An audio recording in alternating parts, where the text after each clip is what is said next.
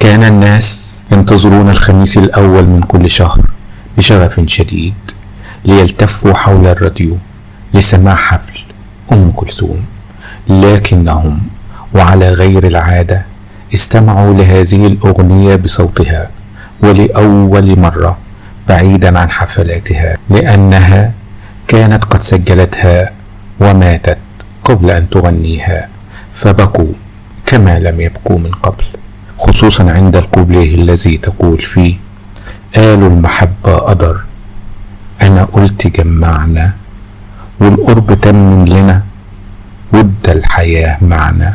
هي بالفعل الأغنية التي أبكت العالم، إنها أغنية حكم علينا الهوى. حكم علينا الهوى نعشق سوا. طيب ايه حكاية الأغنية دي؟ ده اللي هنعرفه حالا، بس طبعا بنفكركم بالاشتراك في قناة نجوم الغلاف على اليوتيوب وتفعيل الجرس على الكل علشان يوصل لكم لحد عندكم كل جديد احنا بنقدمه. وبينا نبدأ.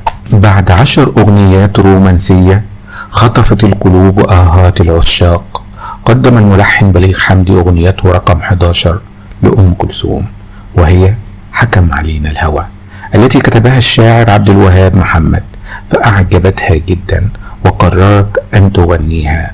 كان ذلك في سنة 1973، ولكن أثناء البروفات لاحظ بليغ والمحيطون بأم كلثوم بأنها تعاني من التعب والإرهاق الشديد، حتى أن بليغ ولأول مرة يقترح عليها أن يضم الكرار ليغنوا معها في هذه الأغنية، فقالت له دون أن تناقشه كالعادة: اعمل اللي انت عايز تعمله يا بليغ.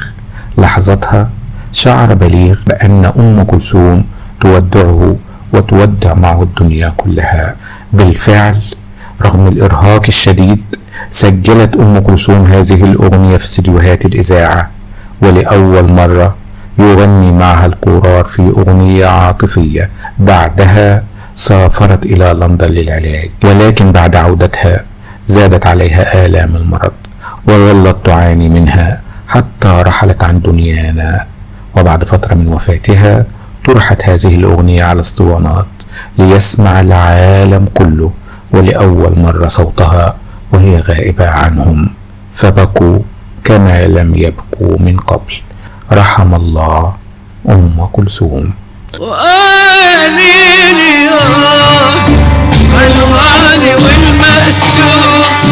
أنا شكسبير، أشهر كاتب في التاريخ. وأنا الموناليزا، صاحبة أشهر لوحة في التاريخ. قناة نجوم الغلاف على اليوتيوب قناة فنية، قناة ترفيهية، كل شيء عن النجوم والنجمات، قصص وحكايات، حقائق ومعلومات من مصادر موثوق فيها. تأكدوا أنكم في قناة تحترم عقولكم. ولأني أنا الموناليزا أوجه لكم الدعوة للانضمام إلى قناة نجوم الغلاف، وانتظرونا دائما مع فيديوهات جديدة على قناة نجوم الغلاف على اليوتيوب. نتمنى لكم قضاء أسعد الأوقات مع قناة نجوم الغلاف، والسلام عليكم ورحمة الله وبركاته.